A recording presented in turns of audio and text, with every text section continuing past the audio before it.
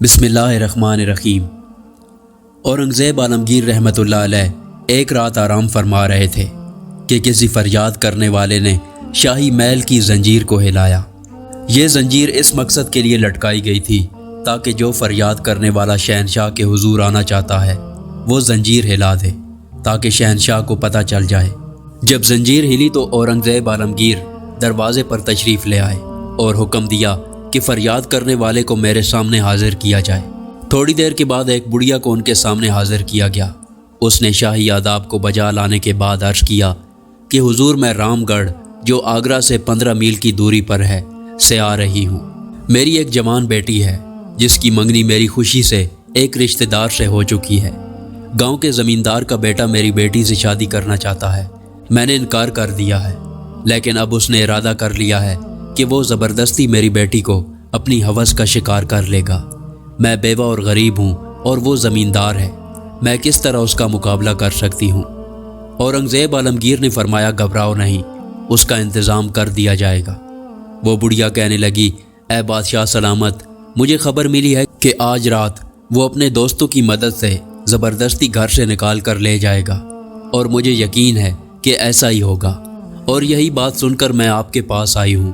بڑھاپے اور بدن کی کمزوری کی وجہ سے بہت ہی مشکل سے آپ تک پہنچی ہوں، اور یہ امید لگا کر آئی تھی کہ جاتے ہی کچھ انتظام کر دیا جائے گا، لیکن افسوس کہ آنے سے کچھ فائدہ نہیں ہوا۔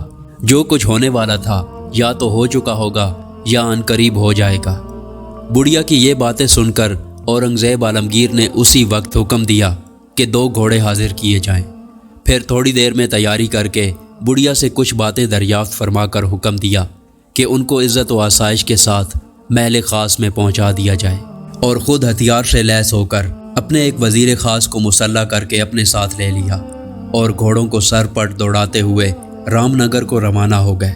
تھوڑی دیر کے بعد گاؤں کے قریب پہنچے ہی تھے کہ گھنے درختوں کے پیچھے سے کچھ آدمیوں کے بولنے کی آوازیں سنائی دیں۔ چنانچہ دونوں آدمی گھوڑوں سے اتر پڑے اور اس طرف آگے بڑھنے لگے۔ قریب پہنچے تو پتہ چلا کہ لڑکا لڑکی کو لے جانے کی کوشش کر رہا ہے، اور یہ آواز انہی کی تھی۔ جب لڑکی نہ مانی تو لڑکے نے اپنے دوستوں کو آواز دی جو قریب ہی چھپے ہوئے تھے، اور آواز کو سنتے ہی وہ لوگ ادھر ادھر سے نکل آئے، اور یہ حکم پا کر کہ اسے مارو، ان لوگوں نے لڑکی پر حملہ کر دیا، اور قریب تھا کہ اس بیچاری لڑکی کو ختم کر دیتے۔ اتنے میں شہنشاہ اورنگزیب اپنی تلوار نکال کر وہاں جا پہنچے اور بادل کی طرح گرج کر فرمایا خبردار، اور پھر بادشاہ اور وزیر دونوں نے مل کر ان بدماشوں پر حملہ کر دیا۔ زمیندار کے گروہ نے شہنشاہ کو اس لڑکی کا ہونے والا منگیتر سمجھا اور دل کھول کر مقابلہ کیا۔ انہوں نے لاٹھیوں کی بوچھاڑ سے شہنشاہ اور وزیر کو زخمی کر دیا تھا، لیکن اصفہانی تلواروں کی کاٹ نے آخر کئی ایک کو موت کے گھاٹ اتار دیا، اور کتنے لوگوں کے ہاتھ پاؤں کٹ گئے۔ باقی ماندہ لوگ بھاگ گئے۔ زخموں میں چور شہنشاہ نے اس لڑکی کو جو اس منظر کو دیکھ کر بے ہوش ہو چکی تھی گھوڑے کی پیٹھ پر ڈالا، اور پیچھے خود بیٹھ کر واپس روانہ ہو گئے۔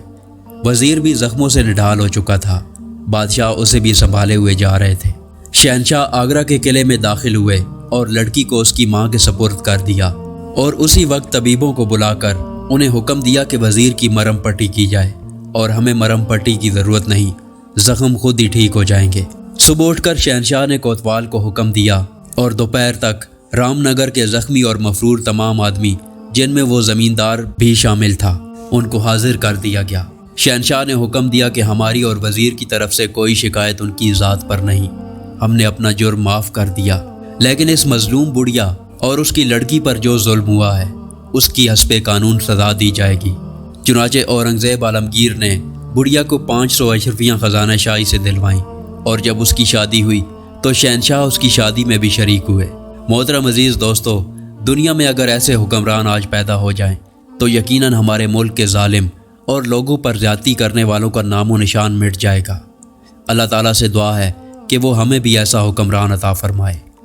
اس قسم کی مزید ویڈیو دیکھنے کے لیے ہمارے چینل کو سبسکرائب کریں۔ شکریہ۔